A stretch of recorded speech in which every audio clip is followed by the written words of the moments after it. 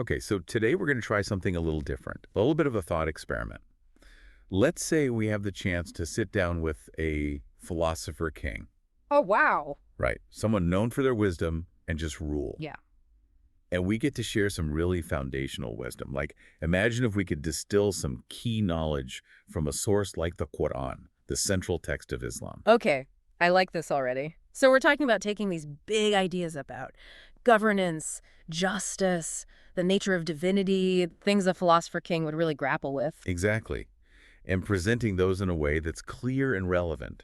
Luckily, we have some great material to work with. Yeah. What are we looking at today? We've got selections from the Quran itself. Those are the verses called ayat, covering a pretty wide range of topics. Right, I remember that term. We've also got hadith, those narrations attributed to the Prophet Muhammad, which can give us more context. Helpful for understanding the finer points. And of course, gotta love those translators' notes. They point out all the nuances of the original Arabic that might be lost in translation. Crucial for really getting the depth of the meaning. So our mission is to take all this and pull out the insights that would really hit home for our philosopher king, the core truths that would inform their rule. Fascinating challenge. Let's dive in. Let's do it. And what better place to start than with the very beginning? The opening chapter of the Quran, Surah Fatiha, starts with praise to Allah, Lord of the worlds. So right away, we have this idea of ultimate sovereignty, right? Allah as the creator of everything. Right out the gate, setting the stage. But then I love how it immediately goes on to list divine attributes, the entirely merciful, the especially merciful, and then sovereign of the day of recompense. So we have ultimate power, but also this profound compassion and this unwavering sense of justice. I feel like that's something a ruler would really ponder. Oh, absolutely. That balance is so crucial, isn't it? And actually, there's a fascinating point the translator makes about those terms for merciful, Ar-Rahman and Ar-Rahim. You know, when they appear together, it's not just repetition. Oh, interesting. Yeah, it suggests maybe two distinct aspects of mercy. Ar-Rahman could be this universal, all-encompassing benevolence, while Ar-Rahim is maybe more specific, you know, like a deeper mercy for those who strive to be righteous. Okay, so universal versus a more focused kind of mercy. Right. I think a philosopher king would be really intrigued by that. How do you embody both of those as a ruler? It's a tough question. For sure. And speaking of rulers, there's a passage in Surah Baqarah that I think about a lot. It's where Allah tells the angels about creating a successive authority on earth. Adam, right? The Khalifa. Ah, yes. That concept of stewardship. Yeah. Humans as caretakers of the world. Exactly. But the fascinating part is that the angels actually question this decision. Yeah. They say something like, will you place upon it one who causes corruption and sheds blood? You know, even the angels, these pure beings, seem to foresee the potential problems with human rule. It's almost like they're anticipating all the challenges a philosopher king would face. Totally. Yeah. But Allah responds with, indeed, I know that which you do not know. Like there's a divine wisdom at play, a bigger picture that we don't necessarily grasp. Trusting the plan even when we don't see it. And right after that, we get the story of Allah teaching Adam the names. Now, what do you make of that? Especially when we're thinking about a philosopher king. Well, I think a lot of scholars interpret that as the bestowing of knowledge, right? It's what makes humans unique. It's like the tool that equips them for their role. Precisely. So it's this ability to understand, to categorize, to engage with the created world intellectually. For a philosopher king, that's huge. It's almost like a divine mandate to use your brain. Yeah, like wisdom and knowledge aren't just nice extras. They're essential for fulfilling your duties as a ruler. Interesting. Now, shifting gears a bit to the more practical aspects of justice and governance. Okay. We see in these excerpts a really strong emphasis on establishing prayer, salat, and giving charity, zakat. Those were presented as like the bedrock. The two pillars, Yep. yeah. And I think what's really insightful, especially for a ruler, is how these two are tied together. So you have salat, which is this personal connection with the divine, cultivating inner discipline and spirituality. All right, that inward focus. And then zakat, which is this outward action, taking care of those in need, redistributing wealth to create a just society. The balance again. Exactly. So it's like true piety, and by extension, a just society, requires both. You need that inner virtue and that outward concern for others. I can definitely see a philosopher king taking notes on that one. Totally. And there's one verse that I feel like is spoken directly to leaders. It says, do you order righteousness of the people and forget yourselves while you recite the scripture? Then will you not reason? Ooh, that's a powerful one. Calling out hypocrisy. Big time. It's like You can't demand something of others that you're not willing to do yourself. Leading by example is so crucial, It really is. That verse is a good reminder to check yourself, make sure your actions line up with your words. especially when you're in a position of authority. Yeah. And along those lines, we also come across the advice to seek help through patience and prayer. I feel like that's especially relevant for leaders who are facing tough decisions and challenges. It's a good reminder that even the most powerful people need support, and not just any support, right? Patience, that steadfastness in the face of difficulty. Inner strength, resilience. And then prayer, connecting with a source of wisdom beyond yourself. That combination, I think, would be really appealing to a philosopher king. Yeah. Because even in the midst of chaos, you need that grounding, that connection to something bigger. Right. Now, one principle that I think stands out, particularly for a ruler, is the declaration that there shall be no compulsion in religion. Freedom of belief. Yes, it establishes this idea that faith is a personal choice, not something to be forced on anyone. And in a diverse society, that's absolutely essential. About respecting individual conscience. Exactly. And that respect, I think, would be something a just ruler would prioritize. Now, there's a passage that talks about the importance of judging with justice. It says, "Indeed, we have revealed to you the book in truth, so you may judge between the people by that which Allah has shown you." So it's emphasizing a framework for justice that's based on something beyond human whim, a higher ethical standard. Yeah, it's not about personal bias. It's about aligning with this revealed truth. And then it goes on to warn against following personal inclinations or the desires of those who don't know.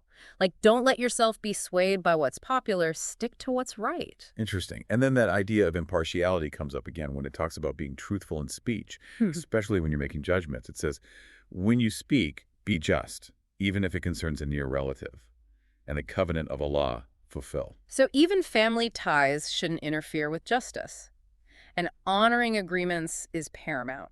Which makes sense if you're building a society based on trust. Right. A ruler needs to be seen as trustworthy, as someone who keeps their word. And then we get to this really strong condemnation of causing corruption. The verse says, "And when he goes away, he strives throughout the land to cause corruption therein and destroy crops and animals. And Allah does not like corruption." It's pretty clear how strongly that's viewed. No mincing words there. And it's interesting because it goes beyond just human corruption, right? It's about the environment, the resources of the land. Yeah, like a holistic view of what it means to be a good steward. And for a philosopher king thinking long term, that's vital. You're not just responsible for the people, you're responsible for the whole system. Now, when it comes to human conduct, I noticed a recurring theme of contrasting outward appearances with inner intentions. Yes. Like that passage where it talks about those whose speech pleases you in worldly life, yet he is the fiercest of opponents, versus those who sell himself, seeking means to the approval of Allah. The difference between seeking worldly praise and seeking divine approval. It's like, are you doing things for show, or are you doing things from a place of genuine sincerity? A philosopher king would definitely need to be able to make that distinction. Yeah, being able to see through facades, discerning true character, that's essential for a good leader. And then we have this idea of striving in the cause of Allah with your wealth and your life. The idea that there's a reward for that effort. So it's about dedication to a higher purpose, putting something above your own self-interest. And whether that's through material support or personal sacrifice, it's seen as valuable. Yeah. A philosopher king might think about how to inspire that kind of dedication in others. How do you motivate people to work for the greater good? Interesting question. And then on the flip side, we have the warnings against hypocrisy, saying you believe one thing but doing another. Right, that disconnect between words and actions. The excerpts are pretty clear that hypocrisy is a big deal. It erodes trust, which is essential for a strong community. Absolutely. And then there are the consequences for those who persist in disbelief. Like, there's a strong message there about the seriousness of making choices aligned with truth. Now, I think the concept of accountability on the day of resurrection would be a powerful one for our philosopher king to consider. The idea that all deeds will be judged. Yeah, that ultimate reckoning. It's not just about earthly justice. It's about something bigger. And it even mentions that the Quran itself will intercede for those who recite it. And certain chapters, like Al-Baqarah and Ali Imran, are highlighted. So engagement with the divine word is seen as something that can help on that final day. It's like seeking mercy through study and understanding. Which I think fits well with the idea of a philosopher king, someone who values wisdom and knowledge. For sure. And then we get to a really key point theologically. The idea that Allah does not forgive associating partners with him, shirk, but may forgive lesser sins. Yeah, that's a fundamental concept. Shirk is seen as the ultimate transgression. And from a philosophical perspective, you could see it as denying the oneness of reality. Right. But the fact that other sins can be forgiven emphasizes the vastness of divine mercy. So it's like, even with this firm line, there's still room for compassion and forgiveness. Which I think is a really important point, especially when we're talking about justice and governance. There's also this idea that individuals are tested with both good and evil. It says, and we test you with evil, and with good as trial, and to us you will be returned. That's an interesting way of looking at things. It's not just good luck or bad luck. It's all part of a divine plan. Yeah, and every experience, whether positive or negative, is an opportunity to grow. And to show your true character, a philosopher king could definitely learn something from that. And lastly, when it comes to human conduct, the excerpts really stress honoring your parents and treating them well. Basic respect as the foundation. And then there's a strict prohibition against killing, except by legal right. Intentional killing is condemned outright. These are pretty universal ethical principles. They are, and they would be essential for any ruler trying to build a stable and just society. Now, shifting gears to the role of messengers and divine guidance, the excerpts introduce Prophet Muhammad as a bringer of good tidings and a warner. And the Quran is presented as this clear guide, a source of wisdom. So we have the messenger and the message is basically, hey, here's the path to truth and righteousness. And for a philosopher king who's always seeking knowledge and guidance, that would be significant. Yeah. It raises questions about the nature of revelation, the sources of authority. Those are big philosophical questions. Definitely. And it's not just about Muhammad. The excerpts also talk about the trials faced by previous prophets, Noah, Abraham, Moses, Jesus, and how people responded to them, which wasn't always well. It shows this recurring pattern throughout history. Whenever you have someone coming with a profound message, there's going to be pushback. So a ruler might learn something from those stories. How do you deal with resistance when you're trying to do what's right?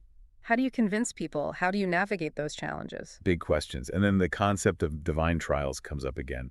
The idea that Allah might purify believers through these trials. Like hardship can actually make you stronger in your faith. Yeah, it refines your character, tests your resilience. Yeah. And then there's this line that the religion in the sight of Allah is Islam, meaning submission to God. And the encouragement to invite others to this path, but with wisdom and good instruction.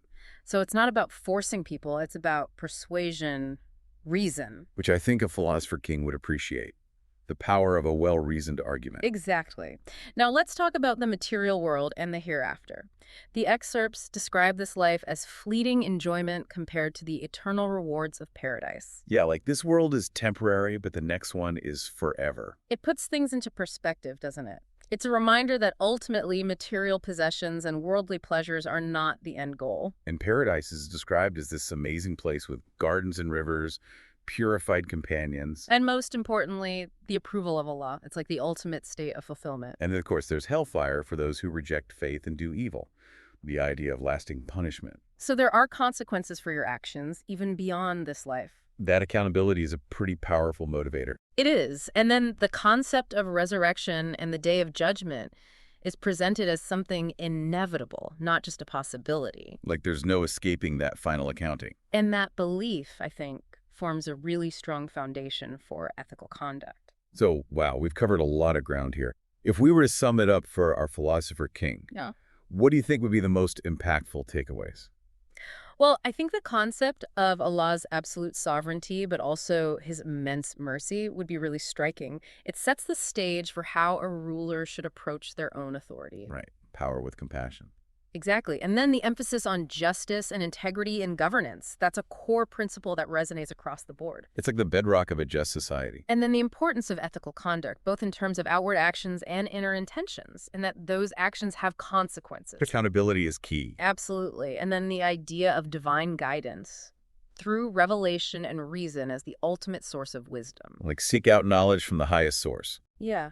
Those are all themes that I think a philosopher king would really grapple with. So to wrap things up, what's a question that we could leave our listeners, especially those rulers out there, to ponder? How about this? How do you actually put these principles into practice? How do you take the ideas of divine sovereignty, mercy, justice, ethical conduct, revealed guidance, and translate them into real-world policies and decisions? How do you govern with wisdom in a world that's complex and constantly changing? That's a great one. It really gets to the heart of what it means to be a just and effective leader. Because it's one thing to understand these principles, but putting them into action, that's the real challenge. And that's a challenge that every ruler faces, whether they're drawing from the Quran or from any other source of wisdom. It's a lifelong journey. It is. Well, this has been a fascinating exploration. Thanks for joining me on this deep dive. My pleasure. Clearly, the Quran offers a lot to think about, not just for those in positions of power, but for all of us. Timeless wisdom. It really is. So until next time, keep seeking that knowledge, keep asking those tough questions, and keep striving to make the world a little bit better.